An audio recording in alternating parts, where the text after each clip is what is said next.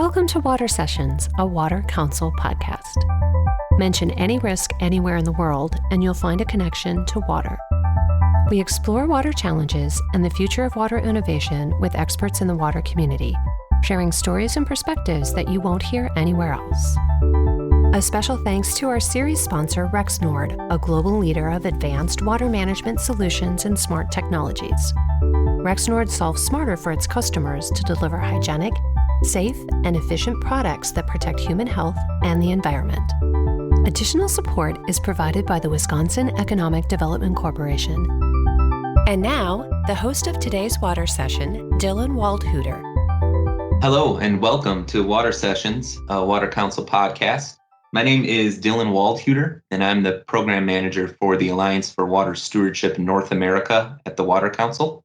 In my role, I have the great opportunity to work with those seeking to improve their water stewardship efforts and outcomes, all the way from the corporate level to the site level in a variety of different sectors and applications.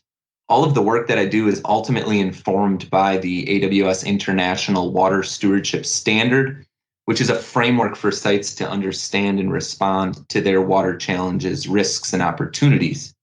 In that capacity, I had the opportunity to meet today's podcast guest. David Trimner is the farm manager at Miltrim Farms, which carries the designation of the first Alliance for Water Stewardship certified farm in North America. Miltrim Farms is a dairy operation in central Wisconsin that is reshaping the future of dairy farming through actions that are both sustainable and profitable. We're going to talk about the challenges that dairy faces, water-related and otherwise, and explore ways that David and Miltrim Farms are tackling these challenges by leveraging water stewardship. I've been impressed with their approach to water stewardship, and I'm quite certain you will be too. So with that, I'm really excited to share today's conversation with you. Let's dive in. Hello, David, and thank you for joining us today. We're really excited to have you on the podcast and dive into water, specifically water stewardship through the lens of agriculture. Thanks, Dylan. I'm excited to be here and excited to tell you guys a little bit more about what that entails.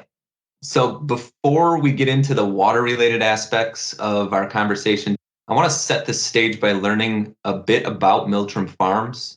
For our listeners that don't know, Miltrim Farms is located in Athens, Wisconsin, which is in the central part of the state, almost smack dab in the middle of the state of Wisconsin. So maybe we'll say Miltrim Farms is right in the heart of America's dairy land. So David, tell us a bit about the farm to get started. And if you would start from the beginning, because I find the history of the farm quite interesting. So the farm was established in 1988 by my dad, who was Scott Trimner, and my uncle, Tom Miller. And they kind of had the blessing of my grandpa, Martin Miller, to purchase the farm. At that time, they started milking just 50 cows and soon expanded to about 300 cows. And obviously, we're 32 years later, and we've continued to grow. We've built on another site here now where the main dairy is. The old dairy is where the heifers are raised. And so now we are currently milking about 2,500 cows, and that's about 1,100 cows in robots, and then another 1,400 in a traditional parlor. And it's still a family farm. We obviously have plenty of employees. We employ 42 full-time people who we consider our farm family, but still a family farm. And the current ownership is now my aunt and uncle, Tom and Lorene Miller, my mom, Kathy Trimner. My dad passed about 5 years ago now. And then just recently, David Trimner, I bought in, as well as another key employee who's been on the farm with us for about 12 years now. He's not a family, but he's basically family. His name is Andy Miller, a different Miller. So that's pretty exciting for the new generation here. One just cool thing I want to talk a little bit about right away when it comes to the robots.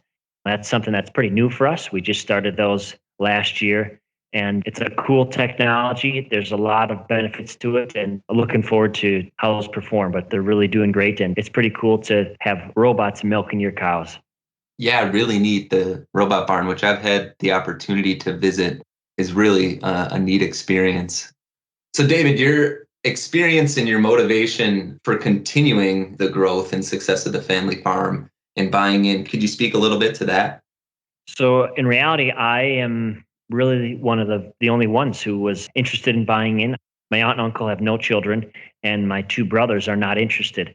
I've always wanted to get into the farm ever since I was a little kid. And for me, as the next generation, I'm excited to continue to pursue these, I guess, progressive practices, this new technology. And then when it comes to growing the farm, I know there's plenty of entrepreneurs who want to continue to grow their business and continue to be more successful. And obviously, that's a big driver for myself.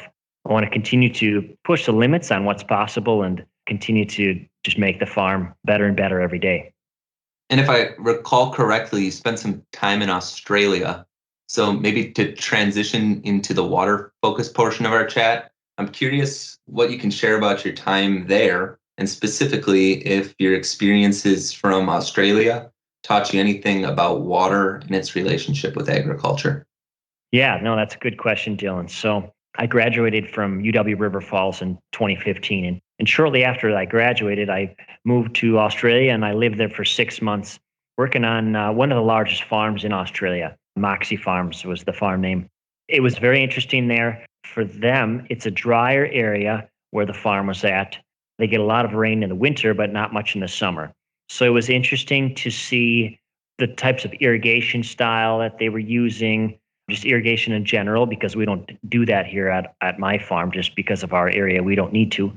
They had to definitely be very responsible with their water because they pulled from the river to irrigate the fields. So they wanted to use every gallon of water as effectively as possible. And one thing that I thought was interesting, they were taking all of the manure that they would get from the barns and they would separate out the solids, and then they would actually use that kind of tea water at that point to irrigate the fields in order to, one, get rid of the manure, but also to kind of reuse that as a water source, but also as a low level nutrient source as well. So that was just one thing that I kind of picked up on.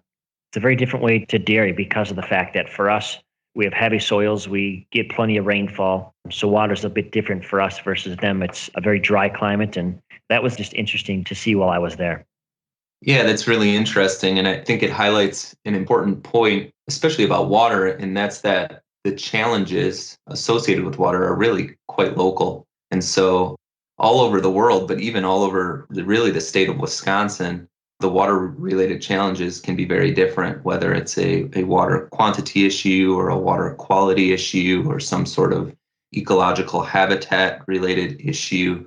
There's a variety of issues and they require a variety of different responses. And so as we get deeper into the conversation, I think we'll talk about some of the really neat things you're doing at Miltrim Farms to respond to the specific challenges that exist for you in central Wisconsin. We know the news on a national scale, and especially in Wisconsin, has highlighted the dairy industry struggles in recent years due to a number of different things: volatility in the price of milk, changing consumer behaviors, a number of other factors. Your story, David, is one of success, which is always really great to hear. And you've made improved environmental outcomes at the farm an important part of the way your farm operates. I think there might be some perception or maybe misperception that farm profitability and farm sustainability might be mutually exclusive. So can you tell us about why sustainable farm management with a focus on water stewardship specifically is important to Miltrim Farms? Yeah, Dylan, that's a great point. And it is kind of a common thought that if you work the earth so hard that you just extract every last useful nutrient out of it to make the most money possible, that's definitely not a good long-term way to be successful. And I know most businesses want to be successful long-term, not just for a few years. And so a couple key things when it comes to how those two go hand in hand.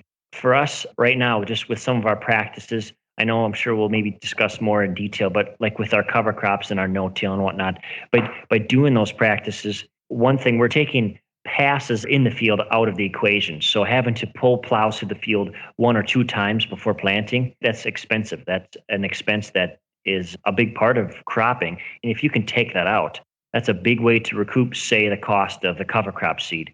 And then the other thing is just keeping soils healthy for life, really, but building up that soil health to better provide the crops with more nutrients naturally through the soil versus having to use fertilizers and more chemicals and those kind of things. And so with an increasingly healthy soil biome, it helps kind of to diminish those things, those costs particularly. They really do go hand in hand, particularly long term. I mean, if you just look short term, you could maybe make a different argument, but most of us want a dairy for the next many generations, not just for 5 or 10 years. I want to transition even deeper into the water related aspects. This is the Water Sessions podcast. So let's get into how the farm uses water, how it moves around the farm, and what sort of maybe water related challenges is the farm facing. So set the Miltrim Farms water stewardship stage for us, if you would. Yes. So on the farm, particularly, almost every gallon of water is used multiple times, or in reality, every gallon. A lot of the water first goes through what's called a plate cooler to cool the milk. And so that's its first use. After it goes through the plate cooler, then it can be used to either water the cows or it can be used to wash the milking equipment. After it's used to wash the milking equipment, it then goes to be used to wash the sand. So our cows are bedded on what we call reclaimed sand. So as the sand gets kicked out of the stalls by the cows, it's reclaimed, separated from manure, and reused again. And so that water that we used to cool the milk, wash the system, is now being reused a third time to clean the sand. And then after it's being used enough to clean the sand, it then is added to what we call the flush, what we utilize to get the sand out of the manure. It then goes to clean up the flush. So that's its fourth life, you could say, here on the farm. So basically every gallon is going to get used at least twice because all the water goes to cool the milk and then goes to, like I said, if you have it for drinking water for the cows, so then it goes to that and that's its final use there. But some challenges, though, that we have on our farm. So our soil is very heavy clays, so they hold moisture pretty easily. And so for us, it's about our water runoff from the fields and soil erosion. And so those are the big challenges for us. Before, Dylan, we were talking a little bit about how there's different challenges for different areas in the state. You know, we've got like the central sands where for them, it's about nutrients permeating through the soil too quickly to get into the groundwater. Well, for us, it's about surface runoff. So some of the things that we focus on here on the farm is utilizing the practices that we're doing in order to prevent that from happening. Creating a good soil environment so that the water is absorbed into the soil versus running off. And if there is a heavy rainfall, that water running off the soil clean because there's plenty of vegetation in the soil that is protecting it, keeping it from being eroded, and keeping the water that's running off clean and good. So you're highlighting some of the water-related challenges, which are quite common across the state, across the country, across the world. And I think that agriculture often gets tied to things like over withdrawal of water resources and or contributing negatively to water quality due to things like agricultural runoff, which is what you're discussing. So it's great for the farm to be conscious of how water moves around the farm, how they're using water, and what their impact might be as it relates to the way they manage their fields and are potentially contributing to water quality challenges. So can you speak then to what Miltrim Farms is doing to address these challenges and to prevent runoff and erosion and those sorts of things, to be a better steward of the water resources? Yes. So two things that I kind of touched on a little bit before. Big ones are no-till and cover crops. And so no-till is literally just not using a plow to pass through the soil and breaking up that soil. And so what that's doing is it's allowing the soil to maintain its kind of natural soil structure. A natural soil structure is going to be a couple benefits. One, it's going to allow water to infiltrate more easily, so there's less running off the field when it rains. And then it's also, for the farm, it's also actually makes a firmer field so that it's easier to harvest your crops, which is really helpful as well. And then when it comes to cover crops, so cover crops are great because the way we utilize them is when we plant corn, because about half of our acres are planted in corn and then generally harvested for corn silage, we will plant the corn, and then shortly after the corn is up, we'll go in between the corn rows and we'll plant a mixture of different things, some clovers, some rapeseed, some ryegrass, cowpeas, and fetch. We plant this variety of different plants because they're doing a couple different things for us. Some of them are just providing a good thick mat of green growing product, you could say, on the soil, which is going to help protect it from heavy rainfall, as well as absorb water that's in the soil into that plant. But then another thing that they can do is, for example, the rapeseed we plant in order to feed the insects that are going to be in the fields and allow them to feed on that versus feeding on the corn, which we want to harvest, which can help limit spraying insecticide, for example. Another reason is to fixate nitrogen. Some of these types of plants naturally fixate it through the atmosphere. And so by doing that, you have more nitrogen in the soil, and that means you can apply less nitrogen in the spring and summer. So those are a couple of really key things. And then also, when it comes to the non-corn ground, we're trying to do more mixes. We used to plant strictly alfalfa, and alfalfa can be sensitive through the winter. If it freezes, say you get kind of a warm winter and it rains and then it freezes hard, the alfalfa will be killed off easily. So we've started planting a mixture of some alfalfa and grasses. And what that does, it gets you multiple species. And then those crops themselves are naturally cover crops because they're always there. They stay there throughout the winter. They come back in the spring. So there's always green there. But then the other side of the equation, when it comes to that water quality, is the application of manure and nutrients and making sure that you're doing that in a kind of a proper way. And so what we've been doing on the farm is utilizing a minimal disturbance tool. We'll inject the manure, and we do it at rates that we consider to be kind of lower rates, still enough for us to get our nutrients that we need, but low enough rates that we're not hurting the soil structure or risking runoff. And then the other perk too, with the different hays that we're planting, we can actually now spread manure on that growing crop in the summer using what we call a dribble bar, which is a bar that kind of just gently drops the manure right on the soil itself. So it doesn't spray the whole plant. And then also because it doesn't spray, it just kind of gently flows out. It minimizes odor, which is a very good perk for neighbors of the farm. So that's a good part about that. So lots of great things being done to respond to water quality challenges. If I recall, there's some water quantity challenges in your surrounding watershed as well. You noted already that you don't do irrigation of the land, but what are you doing to steward the farm's withdrawal or use of water in other areas of the farm operations? When it comes to water on the dairy itself, in the summer months, cows get pretty hot. They make a lot of heat themselves. And so you can utilize water to cool them. It's a very good way to cool cows. And so just this last year, we switched out all of our sprinkler nozzles to some low flow, high efficiency nozzles in order to help save water. In another facility, we utilize what we call foggers to kind of just help cool the air itself in order to cool the cows. And then in our newest robot barn, we actually just use better airflow on the cow and don't use any water at all there. And that showed pretty good this summer. So we're excited to know that we probably won't have to use water in that barn to cool cows. Another cool little thing we did, particularly in that barn, is when we built the waters, we wanted to make sure they were pretty shallow so that when you're cleaning them, the amount of water you're dumping out is a low amount. Just another small thing to try to save water. And then another big thing we do in the robot barn is we actually flush the alleys to clean them.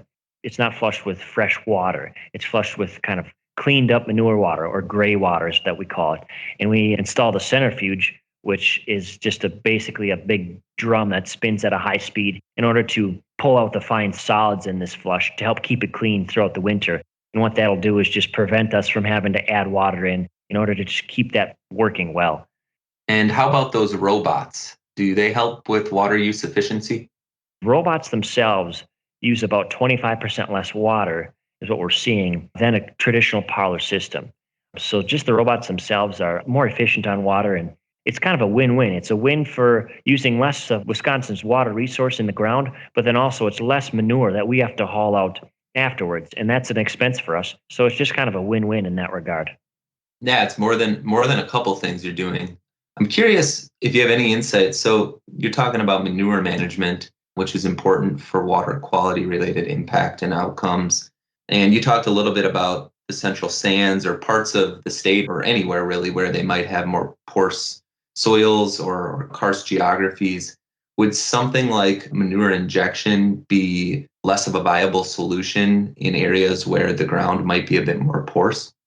No, it wouldn't, simply because the way we do inject it, it's still at the surface. The purpose of doing that, one, it's very low odor. It's almost no odor at all. Two, you don't have the nitrification of the nitrogen, the atmosphere, the sun, that nitrogen gassing off. So it's more available in the soil. One thing, well, I guess two parts to that to really be careful with there is one, using low enough rate of manure application. For example, for us, for our corn ground, we use 10,000 gallons an acre, which is just a little more than like a third of an inch per acre. So it's a very small amount. 1 inch of rain is the equivalent of 27,000 gallons an acre. And so again, we use about 10,000. And then on those hay grounds I talked, we use 7,000. But using that, but then also having the cover crops so that there's actually crop there to help capture and grab onto those nutrients in the manure. That's really a big way to help keep that there. But again, the biggest thing, using the right amount of manure, the right amount of rates to prevent that from going through and getting into the groundwater. So I'm curious, you've clearly done quite a bit at the farm to minimize your impact on water quality challenges in your watershed with things like no-till and cover crop. Are those pretty widely adopted practices?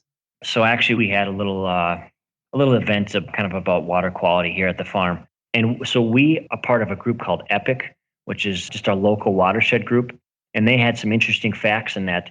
Currently, in our area, we've converted like 15,000 acres to no-till and 9,000 acres to cover crops, and so it's becoming more and more widespread. Like I want to continue to see people at least just give it a try and really start to learn more about these different practices because, again, it's going to help keep your fields productive and healthy for generations to come.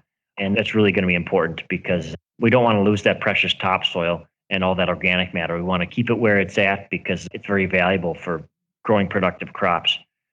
It's great to hear you're using your success and your platform to share with and educate and engage other farmers and share your success and tell a story that hopefully is replicable for other farmers to leverage. So you talked a bit about EPIC. That's a farmer-led or producer-led group in your watershed area. So they're probably a key stakeholder group for you. And I think you and I know that a big part of successful water stewardship is engaging with stakeholders and with the community. So can you tell us a bit more about your involvement with that EPIC group and how engaging stakeholders provides benefit to the farm?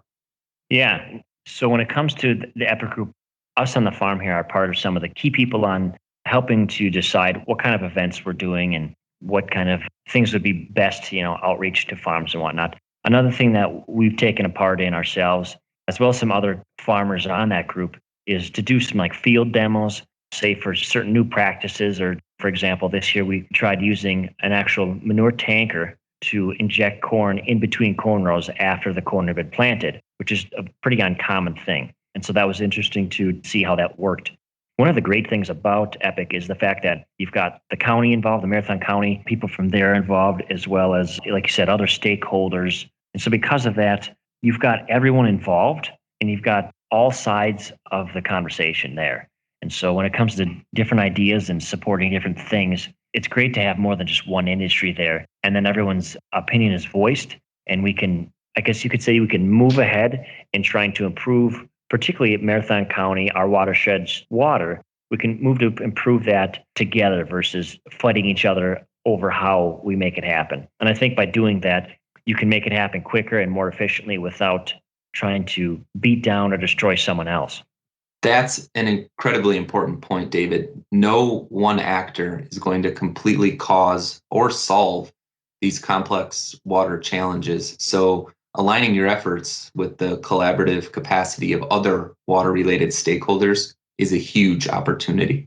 With some of the water quality focused practices that you've implemented, it sounds like the farm is significantly reducing its phosphorus loading, which is a key contributor to some of the water quality problems in watersheds all over the world. I'm wondering if you could tell us a bit about how your improved water quality outcomes related to these practices have led to some new opportunities with the neighboring Marathon city. Yeah, no, that's a good question, Dylan.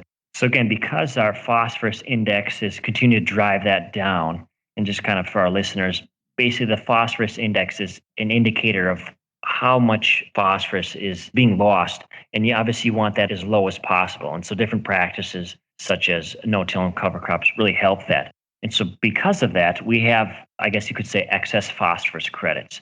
And so Marathon City is just a local city. It's about 15, 20 miles from the farm here.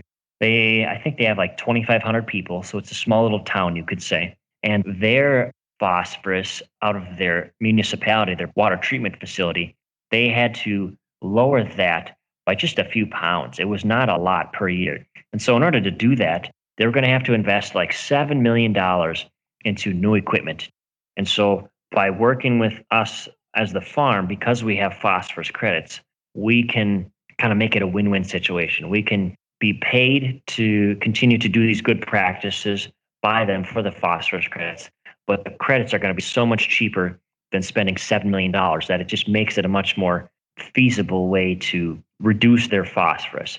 So by utilizing us on the farm, they're able to get their phosphorus levels or whatever in line by utilizing our credits without just completely bankrupting the people of Marathon City. It's a really unique partnership, and hopefully one I think that can be replicated. It's neat to see that the municipality is able to enter into a relationship with a farm in a way that's mutually beneficial for both. So hopefully you're the first of many of these sorts of cases to come. So congratulations on that. No, that's right, Dylan. And one thing, I feel that because we get some revenue from this, if other farms see that, this could give them some incentive to want to spend some money on cover crop seeding and whatnot, because again, that is an expense. And so for some people, it's hard to pull that trigger, but to see some real dollars and cents coming in from those practices can hopefully help encourage other farmers to consider exploring that. So we've talked about the farm and its water use and management. We've talked about some of the water related challenges. We've talked about the importance of stakeholder engagement. You're clearly doing a ton to improve your management of water on the farm, which is really admirable and great. As this is a Water Council podcast, I do have to ask, is there anything you're doing very specific to water-related technologies that you're evaluating or implementing? Right now on the farm, one thing that I looked into extensively for kind of a water-related technology is actually pulling the water out of the manure and being able to clean it up so well that you can discharge it, that it's clean, fresh water that you could drink.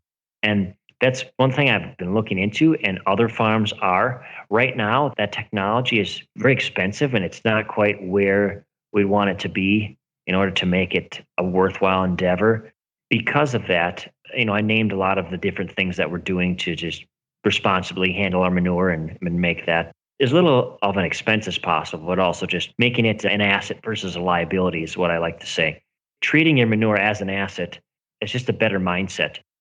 Let's transition a little bit. I want to talk about sort of environmental farm management a bit more broadly. I think there's a ton of different what maybe are interpreted as competing priorities for farmers as it relates to sustainable farm management or environmentally conscious farming. So things like soil health, climate, emissions, water, etc. I think what I've found, and I'm by no means an agricultural expert, but it seems that these things are not competing so much, rather they're quite related to each other. So I'm wondering if you could speak to how water stacks up to some of the other sustainability focus areas for the farm, and if I'm correct in my assumption, how they might be related to each other. So when it comes to kind of the big focuses, it's water, how we use it, where it goes, keeping it clean, the soil health, or just ultimately the soil biology and that, and then also our carbon footprint. Eventually, it'd be awesome to be carbon neutral or net zero through different technologies. That could maybe happen in the future. One thing we're kind of looking at a little bit is the digester technology and converting methane into renewable natural gas. But water is a key part of that almost triangle, you could say. It's a key part of keeping the earth a healthy place to live. When it comes to climate change and all that, for example, with climate change, you tend to get places that get excessive rain or some places that don't get enough rain anymore. And so with that brings its own water challenges. Keeping water as a top priority for sustainability on the farm, I think, is an important part of ensuring that we continue to have water to use, particularly on the farm to water the cows. I mean, if you don't have water, you really can't be a dairy, or you can't dairy anymore. And that'd be, a very disappointing thing. One thing that's really interesting is just utilizing the cover crops and the no-till. Not only does that help keep the water in place from rainfall and whatnot, keep nutrients in place, but it's a good way to sequester carbon.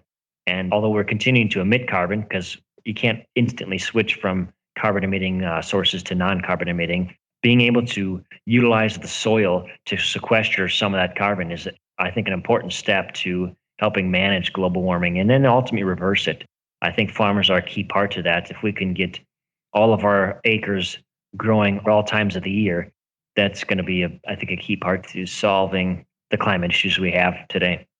Yeah, what I'm hearing from you is you implemented practices like cover cropping to realize some water-related benefits, but it has co-benefits by improving the health of the soil, and healthy soil sequesters carbon. So it's neat to hear how these things are really related to each other and really the multi-benefit nature of some of these water-specific things that you're implementing on the farm.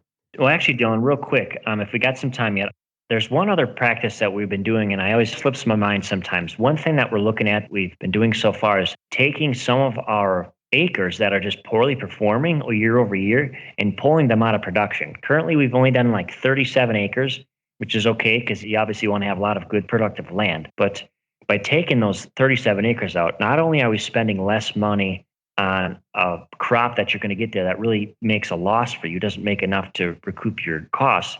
Now we can put those acres into things like monarch habitats. We've done that to some acres. And then there's also some that we're going to convert back to kind of a wetland. Those are exciting for us because it's going to be a win-win, and that generally the areas that are not productive are lower lying. And so by planting different species or grasses there that are always going to be growing, provide a lot of different biology to the soil and also to the insects and whatnot that'll live there. And then also act as a buffer. If that was a lower area, it may have been a little more sensitive. Now that thick growth of plants there are going to be able to capture anything that were to be coming its way from the rest of the field. It'd be awesome to start to see more monarch butterflies and honeybees and all that, those populations recovering, and see them more commonly in the area. That's kind of an exciting thing that hopefully we'll see over the next decade or so.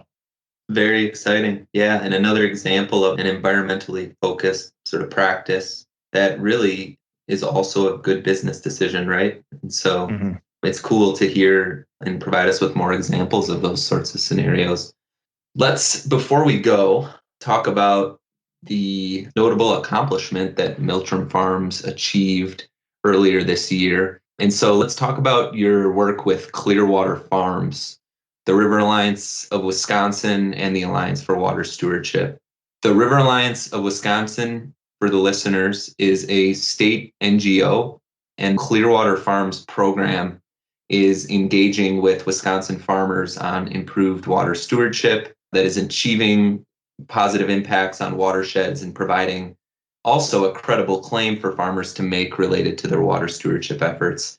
The mechanism for accomplishing all of that is the AWS International Water Stewardship Standard. And so for the listeners that aren't familiar with AWS or the AWS standard, it's a 5-step continual improvement framework that can be implemented at any site, in any sector, anywhere in the world.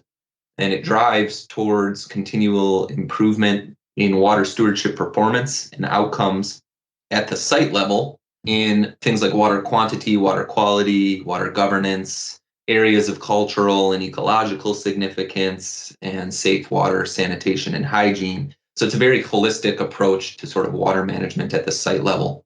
When a site conforms with the criteria and the 5 steps of the AWS standard, they can pursue third-party certification, which enables that site then to make credible claims about their water stewardship. Miltrim Farms, led by David, carries the designation of being the first AWS certified farm in North America, which is really an impressive feat. So David, can you tell us about your work with the River Alliance and AWS and how the AWS standard framework provides value to the farm? So no, it was an exciting and long process to get AWS certified. But some of the good parts about it have been a few things. It kind of provided a good vision for what the farm wanted to achieve. And also it's a good way to stay accountable and keep yourself accountable because we have the standard. It is a visible thing. It was third-party audited. And so it'll keep us on our toes to continue to always improve our use of water and keeping water clear and clean and whatnot. Another cool thing is with the standard and working with the River Alliance, we've had opportunities to speak at the state level to just kind of give our input, myself particularly being able to go to the Capitol and talk a little bit about different bills that state legislators have pushed to help incentivize farmers and whatnot to take on some of these practices. So just the connections that we got from doing it have been awesome as well. Some great people that we have been able to meet and get to know because of the AWS certification. Yeah, David, it's a great story you're sharing with us. You're certainly demonstrating really important leadership in your sector that can hopefully be learned from and replicated by other farmers, which will really, I think, lead to some very positive outcomes, not only for the farmers that pursue the sorts of things that you're doing, but also for the watersheds that they're operating in. So thanks for sharing your story with us today. I'm curious if you can share any future goals for the farm, as I'm assuming it continues to grow related to water and otherwise. Yeah, so I guess some of the future goals that we're going to look at again is continuing to pinpoint these different areas of our fields that are less profitable and hopefully take them out of production and allow that to be a good buffer for capturing anything and keeping the water clean and whatnot that comes off of our fields. And then again, I'll just continue to kind of, for now, watch from afar when it comes to these new manure technologies to hopefully convert or pull water out of the manure and turn it into clean, drinkable water and see where that goes. And then the other thing that we're continuing to work through is the timing and how we plant our cover crops and also the different species. There's so many different options.